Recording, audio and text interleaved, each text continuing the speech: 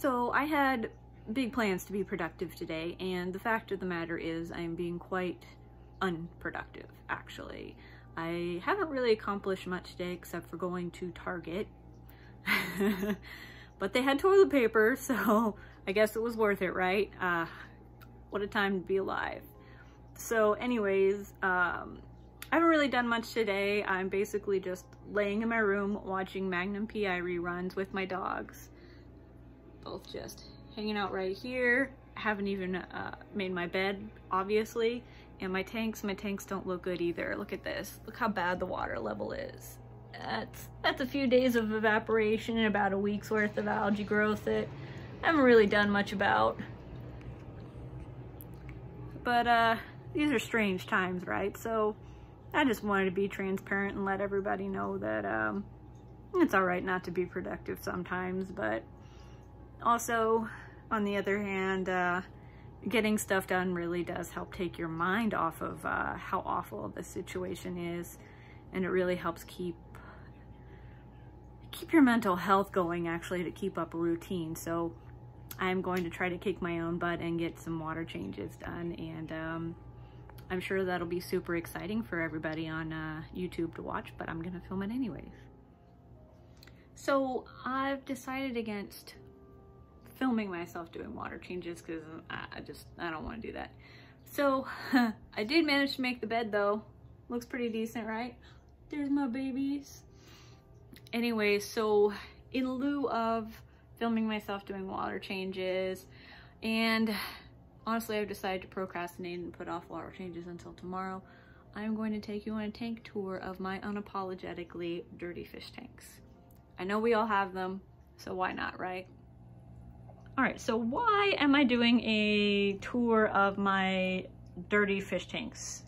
Well, number one being, I think it's really important to be transparent and show that, you know, not everybody's fish tanks look 100% perfect all the time like you see on the internet. You know, they're gonna get dirty, they're gonna grow algae, and it's okay. You know, you can clean most of it up. You don't have to if you don't want to. You know, the fish are fine with most things that aquarists are not fine with just for aesthetic reasons, but I just wanted to show that, you know what, not everybody is maintaining their aquariums perfectly, and for beginners out there, like, it doesn't have to look 100% all the time. So I do water changes and clean up everything about once a week. Sometimes if I'm feeling really ambitious, I'll do about twice a week. And usually I do about a 25% water change in each tank, sometimes a little more, sometimes a little less, but on the whole, that's about what I do. So let's get started here real quick. So this first tank, this little cube tank is a 3.7 gallon that I got at Petco. It's an Imaginarium tank, and it's the one that usually comes with the sump on it in the back here, but I actually took that off a while ago. Because I just didn't like it. I wanted to add just enough, just a little bit more space. So what I've got in here is I've got about 7 chili rasboras, 3 blue velvet shrimp, and like a bunch of red cherry shrimp that I just can't seem to get out of here. And let's see, the red plant is Scarlet Temple, and the green plant that you're seeing is Bacopa. And all that is just a bunch of hair algae that baby shrimp love to hang out in.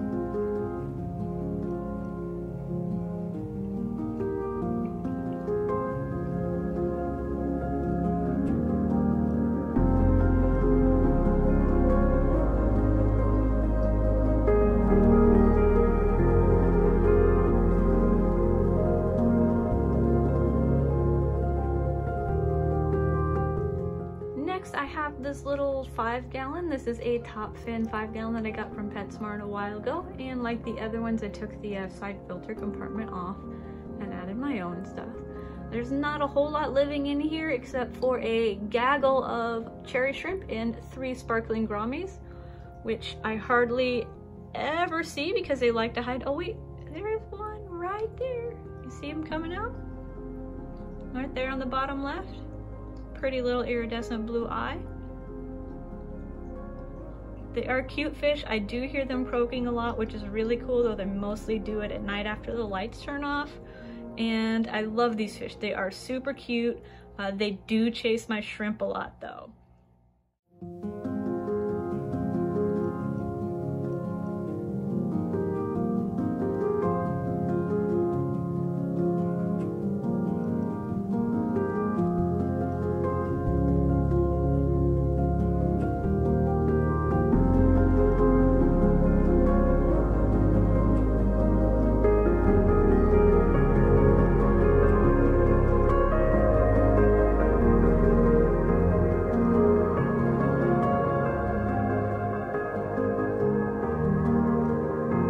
Next I have this 3.7 gallon here, same thing as the other one.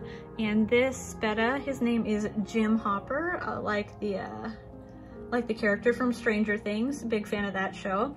He doesn't live in here by himself. He actually has 2 coolie loaches that keep him company. Though to be fair, I don't see them a whole lot. They are nocturnal and they kind of tend to hang out in the weeds there in the back, but they do come out quite a bit.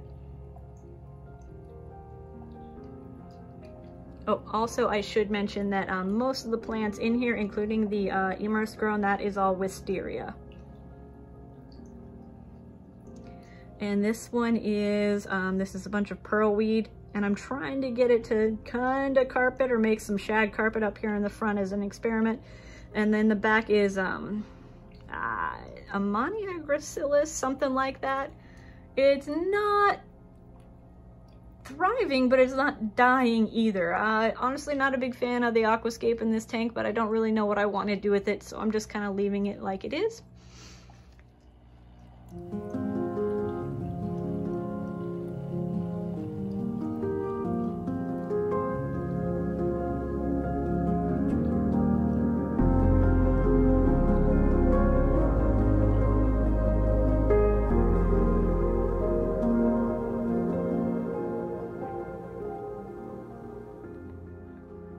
This kind of cloudy mess is a 14-gallon cube.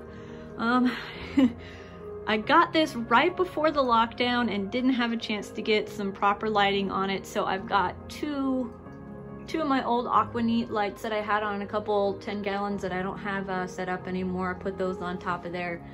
You know, the AquaNeats are really inexpensive lights, but you know what, they make everything look good and I like them a lot. And I've just got a little Tetra hang-on back filter back there. So for this one, I've got another Stranger Things character named Betta. This is Steve Harrington, so named because he was kind of a jerk when I first got him, and he ate some of my really nice blue shrimp, but to be fair, that was my fault for putting him in there. And like Steve Harrington in the show, he did calm down, and now he doesn't try to murder anybody anymore. And I apologize for the kind of weird glare on him. My camera just does not do well with the blue lights.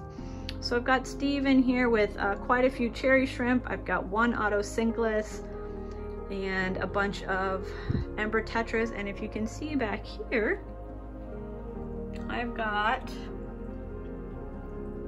a bumblebee goby. There's actually 4 bumblebee gobies in here. They're doing pretty well. I will probably move them to a brackish tank sometime here in the future once I can get one set up.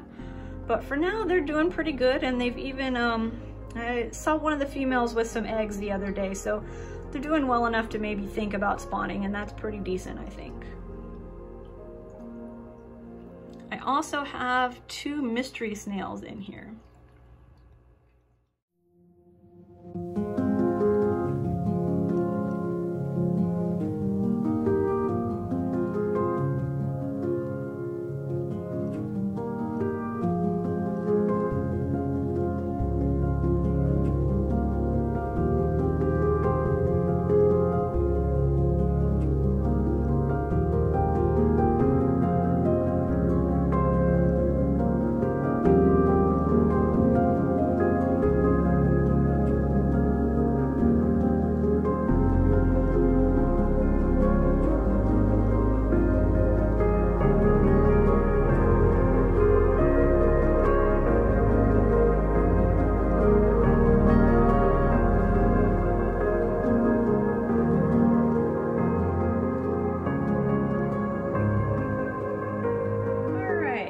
got another 3.7 gallon Imagitarium tank. This one is in the kitchen.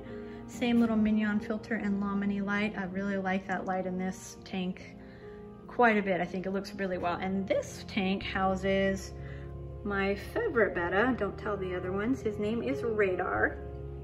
I've had him for about a year. And truth be told, when this whole lockdown started, he got pretty sick with what? I don't know. But the whole side of his face was swollen and he was not swimming very well at all. But after a few weeks of some medication and some really good care, he's really come around, and I honestly couldn't be happier that he is doing well. He might swim a little bit funny now. He's not completely healed. And to be honest, he never was, he's always kind of swim funny. He's never been 100% since I bought him.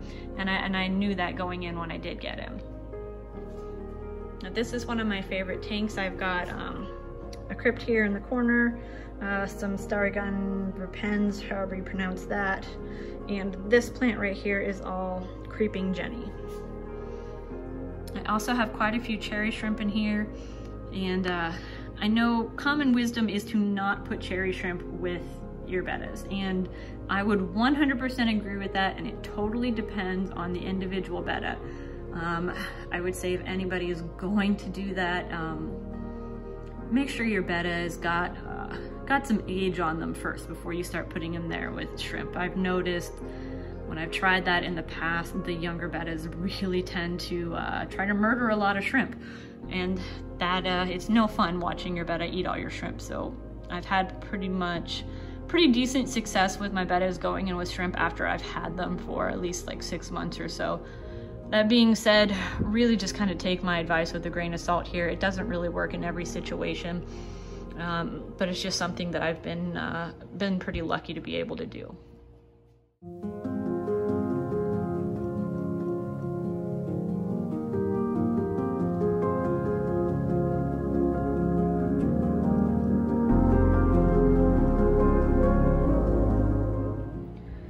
Okay, so here is the 20 long that I have in my living room, and quite honestly, I wasn't sure that I wanted to show that, and I've been kind of hesitating doing this tank tour because of this reason. I've had a lot of illness in this tank over the past few weeks, and it's been a real struggle, and it's really been stressing me out, and I feel like a terrible fish keeper. But in the spirit of being transparent, I think it's important to let everybody know that even people that have had fish for a while still have problems. Nobody is immune to illness. But if you'll notice, a lot of these fish, they do seem kind of active, but a lot of them are just kind of moving in slow motion, kind of. They're not as active as they used to be. A lot of them are hanging out the surface now. A lot of the babies are just kind of stationary, chilling in the flow. Now, before this all happened, this tank was super active. Everybody was fat and sassy. There was a lot of color, a lot of movement.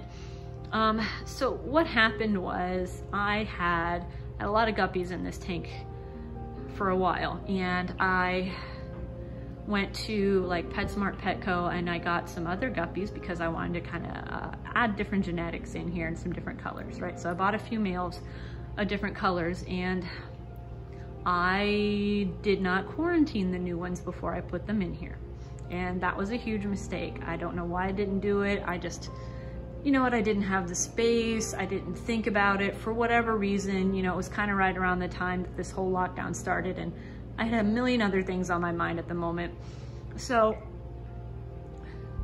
fast forward like a week or two after I got the new fish from the store, I noticed one of the new ones was laying dead on the side, and I was pretty bummed about it. I took him out and I thought, you know what, I really need to medicate this tank. I didn't medicate it before.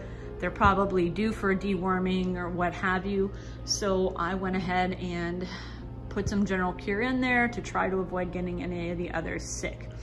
And after I did that, I noticed that maybe a few days later, a lot of them just were not doing well at all.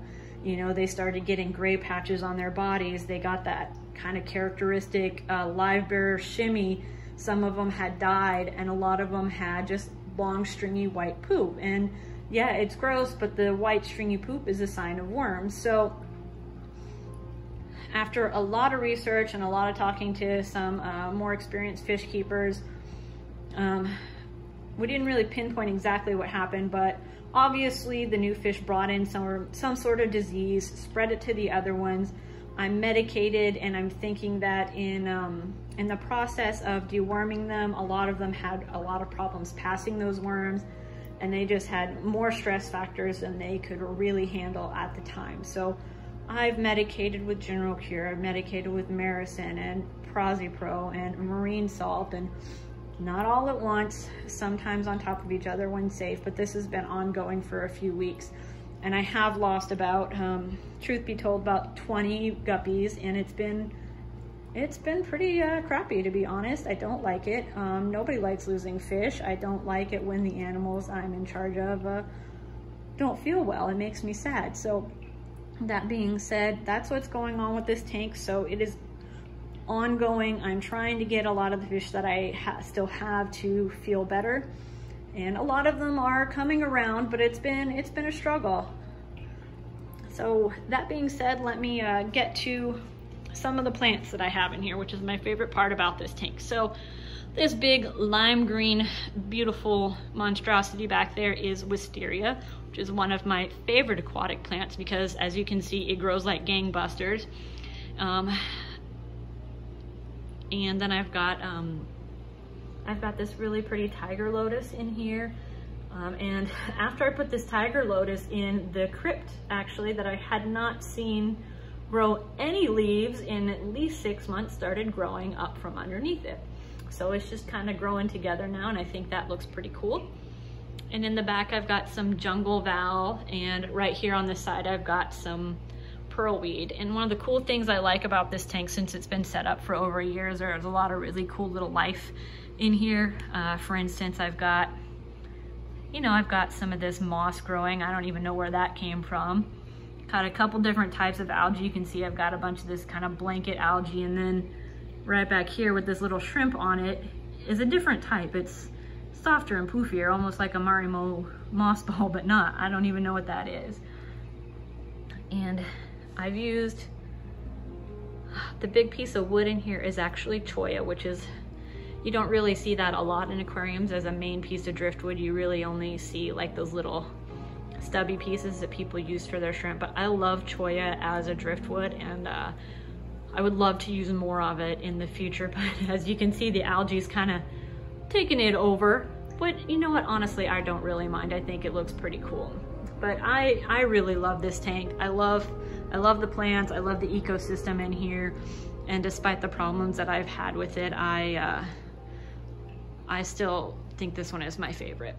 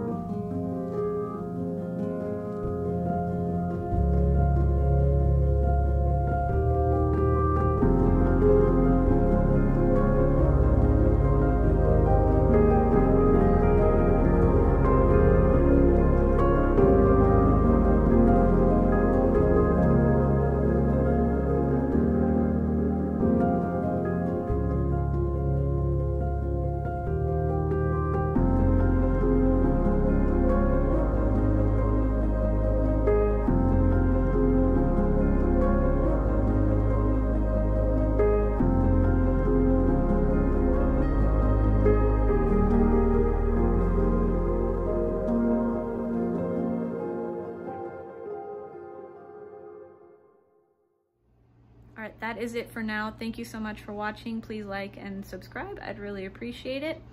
And that's the end. I will leave you with some goofy greyhound footage. Bye.